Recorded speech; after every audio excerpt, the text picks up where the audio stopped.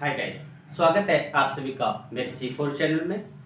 आज हम करते हैं चैप्टर संख्या 4 केमिकल काइनेटिक्स का टॉपिक अभिक्रिया की कोटि।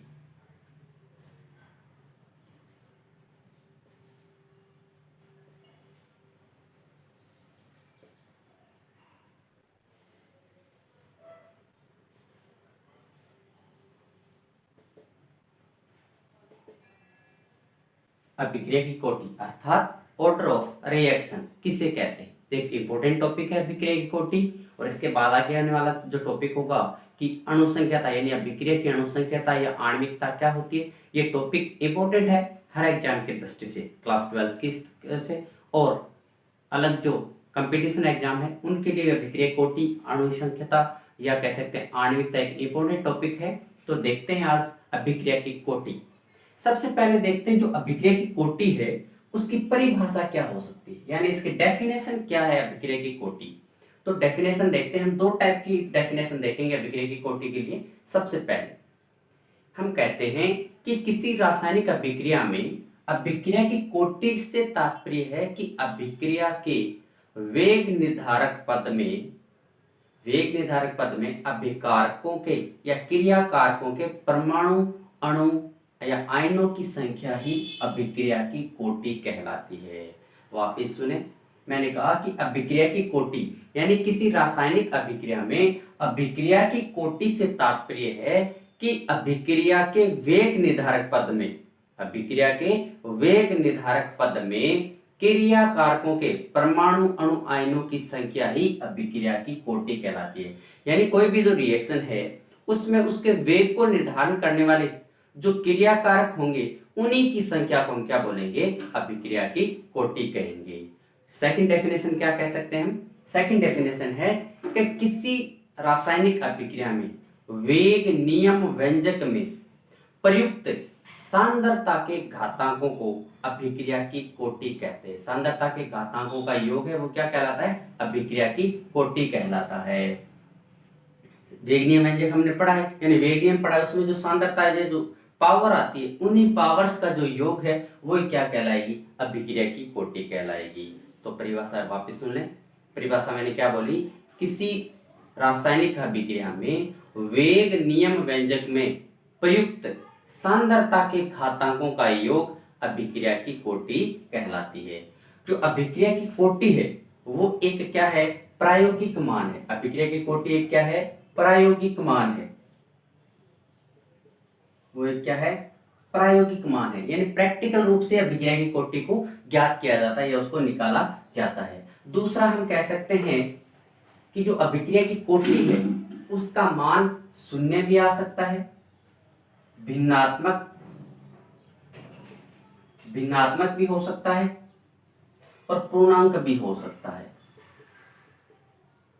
पूर्णांक भी मान हो सकता है, यानी शून्य भी मान हो सकता है अभिक्रिया कोटि का। भिन्नात्मक में यानी कह सकते हैं 1/2, 3/2 इस प्रकार से भी उसका मान आता है, या पूर्णांक 1, 2, 3 इस प्रकार भी अभिक्रिया कोटि का मान आता है। तो और अभिक्रिया की कोटि है वो सरल रिएक्शन और जो जटिल रिएक्शन है या जटिल अभिक्रिया उन दोनों के लिए ही क्या की जाती है, ज्ञात की जाती है। अब हम देखते हैं अभिक्रिया कोटि कितने प्रकार की है, कौन कौन सी है और कैसे उनकी एग्जाम्पल के माध्यम से समझते हैं। सबसे पहले देखते हैं शून्य कोटि की अभिक्रिया, यानी सबसे पहले क्या देखते हैं, शून्य कोटि की अभिक्रिया। शून्य कोटि की अभिक्रिया यानी ऐसी रिएक्शंस होंगी जिनकी कोटि क्या होगी, जीरो होगी। ऐसी रिएक्शंस जिनकी कोटि का मान कितना होगा, जीरो, यानी अभिक्रिया की कोटि कितनी होगी, जीरो होगी। जैसे एक एग्जांपल देखते हैं, पहला H2 प्लस Cl2, इससे हम प्रकाश की उपस्थिति में 2HCl का निर्माण करते हैं।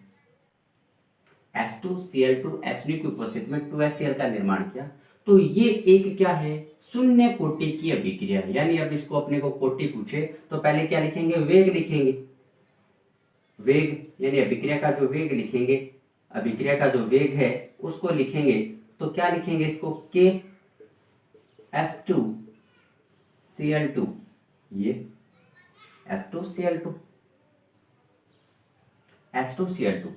अब अभिक्रिया की कोटि, अब इसमें अभिक्रिया की कोटि का मान कितना है, 0 है, वरना तो हम कह सकते हैं कि इसकी सांद्रता घातांक का योग एक, इसका एक एक एक योग कितना हो गया, दोनों 2 हो गए, यानी अभिक्रिया कोटि का मान कितना आना चाहिए, 2 आना चाहिए। लेकिन प्रैक्टिकल रूप से, प्रायोगिक रूप से जब इस अभिक्रिया को देखते हैं, अभिक्रिया कोटि ज्ञात करते हैं, तो उसकी कोटि का मान कितना आता है, 0 आता है। कोटि का मान कितना आता है, 0 आता है। सेकेंड रिएक्शन देखते हैं, जैसे अमोनिया है, इस अमोनिया का टंगस्टन उच्च दाब पर इसका अपघटन कर दें, या पीटी और एयू की उपस्थिति में इसका क्या कर सकते हैं, अपघटन कर दें, तो अब भी क्या उसकी कोटि क्या होगी, इस रिएक्शन की शून्य कोटि होगी।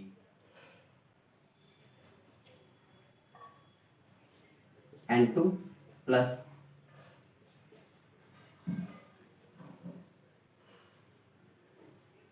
तो ये भी इससे विक्रिया की कोटि कितनी आएगी, 0 आएगी। वेग को इसी प्रकार लिखेंगे, लेकिन उसकी कोटि का मान कितना आएगा, 0 आएगा।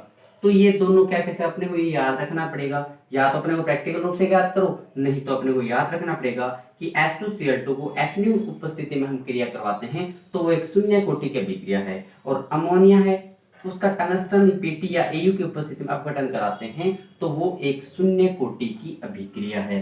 यानी इसकी अभिक्रिया की कोटि कितनी होगी, शून्य होगी। अभिक्रिया की कोटि, इसमें अभिक्रिया कोटि का मान कितना आएगा, 0 आएगा। ये अपने को याद रखना ही पड़ेगा कि इसकी कोटि कितनी होगी। दूसरी देखते हैं, प्रथम कोटि की रिएक्शन। ये तो कह सकते हैं फर्स्ट शून्य कोटि की, दूसरा हम कह सकते हैं प्रथम कोटि की रिएक्शन। प्रथम कोटि की, प्रथम कोटि की अभिक्रिया।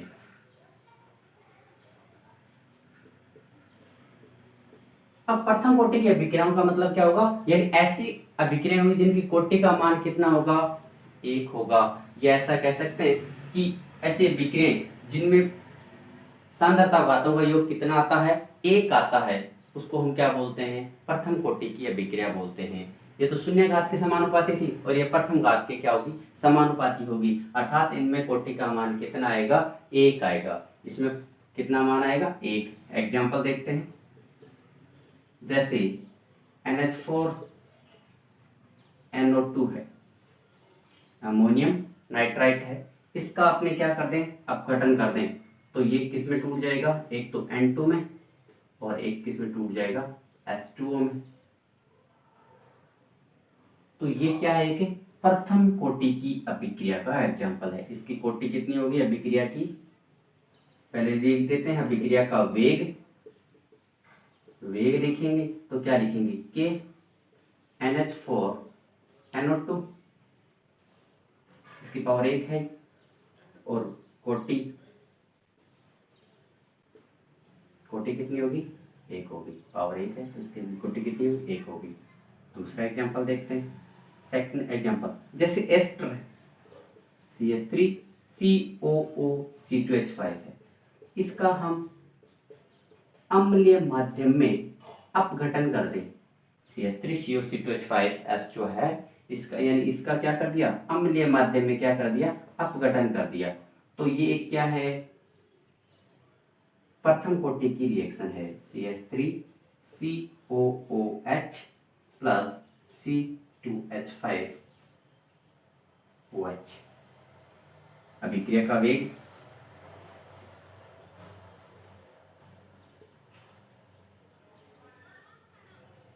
तो के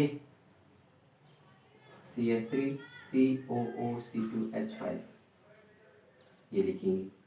H है, इसकी सांद्रता क्या होती है, ज्यादा होती है, और इसमें परिवर्तन न के बराबर होता है, इसलिए इसका क्या होता है, इसकी कोटि को नहीं मानते। तो इसकी कोटि कितनी आएगी अपने पास, अभिक्रिया कोटि का मान 1 आएगा, यानी इसकी पावर 1 है, यानी इसकी H2O की सांद्रता अधिक होती है, इसलिए इसकी अभिक्रिया कोटि यानी वेग निर्धारण पद में H2O का कोई योगदान नहीं होता है, इसलिए इसकी कोटि का मान। थर्ड है द्वितीय कोटि की अभिक्रिया। थर्ड करते हैं हम द्वितीय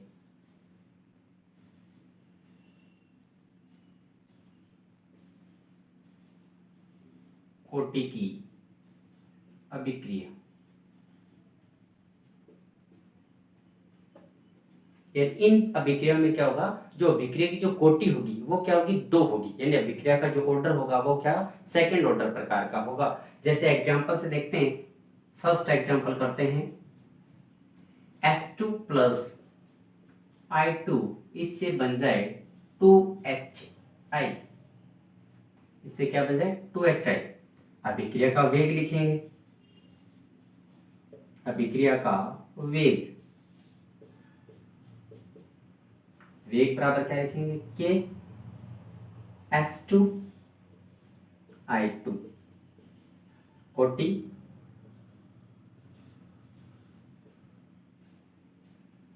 इसकी पावर 1, इसकी पावर भी 1, यानी अभिक्रिया की कोटि कितनी आ जाएगी, 1 प्लस 1 बराबर कितना आ जाएगा, 2। अभिक्रिया की कोटि कितनी होगी, 2 हो गई। ये फर्स्ट एग्जांपल हो गया। सेकंड एग्जांपल करते हैं। सेकंड एग्जांपल है जो ester CH3 COO C2H5 ester है, इसका हम क्या करते हैं, क्षारीय माध्यम में जल अपघटन कर दें, क्षारीय माध्यम में जल अपघटन कर दें। NaOH की उपस्थिति, NaOH क्या होता है, क्षार होता है, इसकी उपस्थिति में अपघटन करें तो ये प्राप्त होता है अपने को CH3 COONA प्लस C2H5OH। ये रिएक्शन है क्षार के माध्यम में। अब इसको अभिक्रिया का वेग लिखें, यानी वेग इक्वल K फिर CH3 COO C2H5 और NaOH। कोटि कितनी हो जाएगी, दोनों का मिला दे, 1 प्लस 1 बराबर कितना, 1 प्लस 1 बराबर 2। अभिक्रिया की कोटि का मान कितना हो गया, 2 हो गया। एस्टर का यदि अम्लीय माध्यम में हम अपघटन लेते हैं, एस्टर का हम क्या करते हैं, अम्लीय माध्यम में यदि अपघटन करते हैं, वो क्या होती है कि प्रथम कोटि की अभिक्रिया होती है, जिसके अंदर हम जल को हम क्या मानते हैं, अधिक मात्रा में सांद्रता होती है, अधिक मात्रा में थोड़ी सी उसकी सांद्रता में जो परिवर्तन होता है उसको नगण्य माना जाता है, इसलिए उसकी कोटि कितनी आती है, 1 आती है। एस्टर का अम्लीय माध्यम अपघटन है तो प्रथम कोटि की, या उसको आगे देखेंगे तो कहेंगे छद्म प्रथम कोटि की अभिक्रिया, लेकिन इसमें जो एस्टर है उसका क्षारीय माध्यम यदि अपघटन करते हैं तो उसको सेकंड ऑर्डर रिएक्शन कहते हैं। ये द्वितीय कोटि की रिएक्शन होती है। अब आगे देखते हैं जो है अगला, द्वितीय कोटि के बाद देखते हैं तृतीय कोटि की अभिक्रिया। द्वितीय के बाद देखते हैं तृतीय कोटि की अभिक्रिया, यानी जिसमें अभिक्रिया की कोटि का मान कितना होगा, 3 होगा। अभिक्रिया की कोटि है वो कितनी हो जाएगी, 3।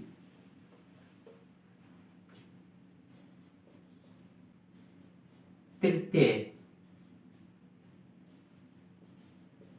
कोटि की अभिक्रिया,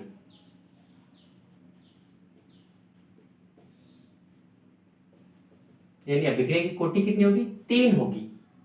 जैसे एग्जांपल FeCl3 प्लस SnCl2 इससे बन जाए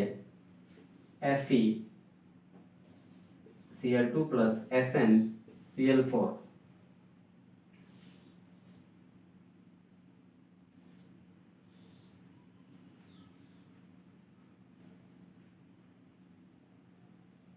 तीन दूनी 6 7 8 और 1 करो। अब इसमें अभिक्रिया का वेग लिखें, वेग लिखेंगे तो K FeCl3 की पावर 2 और SnCl2 की पावर 1। कोटि यानी जो वेग स्थिरांक है। अब इसमें जो अपनी सांद्रता के घातांकों का योग, सांद्रता के घात कितनी है, 2 प्लस 1 इक्वल टू 3। अभिक्रिया की कोटि कितनी आ गई, 3 आ गई। तो इस प्रकार से जो कोटि हैं वो देखते हैं। और लास्ट देखते हैं अपने भिन्नात्मक कोटियां।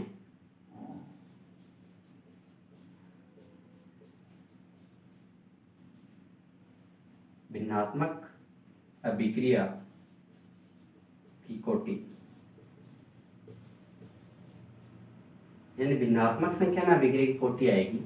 जैसे इन सारों में जो अभी तक हमने पढ़ा, उन सारों में हम कईयों तो जो स्टोइकियोमेट्री है उसको हम पावर में ले रहे हैं और कईयों को पावर में नहीं ले रहे हैं, यानी घातांक के रूप में ले रहे हैं और कईयों को नहीं ले रहे हैं। ये इसका कारण क्या है कि जो अभिक्रिया की जो कोटि होती है वो अभिक्रिया की कोटि क्या है कि प्रायोगिक मान है, यानी इसको प्रैक्टिकल रूप से ज्ञात किया जा सकता है। इसलिए जिसमें प्रैक्टिकल रूप में उसको पावर उसके रूप में आ रहा है तो उसको पावर के रूप में ले रहे हैं, और जिसका नहीं आ रहा है उसको नहीं ले रहे हैं। इसीलिए तो अभिक्रिया की कोटि क्या है, एक निश्चित मान है, यानी उसको अपने को याद रखना पड़ेगा कि यदि ये रिएक्शन इस उपस्थिति में संपन्न होती है तो इसकी कोटि ये होगी, अन्यथा इसकी कोटि ये होगी। तो ये ध्यान रखना पड़ता है। तो भिन्नात्मक का एग्जाम्पल करते हैं। फर्स्ट S2 प्लस Br2, इससे बन जाए 2HBr, वेग लिखेंगे के S2 Br2 की पावर 1/2, कोटि इसकी पावर 1 है, इसका मतलब 1 प्लस 1/2, इसका मतलब ये कितने आ गए 3/2। अभिक्रिया की कोटि S2 Br2 से 2BH बार बना रहे हैं तो उसमें अभिक्रिया कोटि 3/2 होती है। इसका दूसरा एग्जाम्पल और देख लेते हैं भिन्नात्मक में। जैसे COCl2 है, इससे हम बनाते हैं CO प्लस Cl2। अभिक्रिया का वेग लिखेंगे वेग,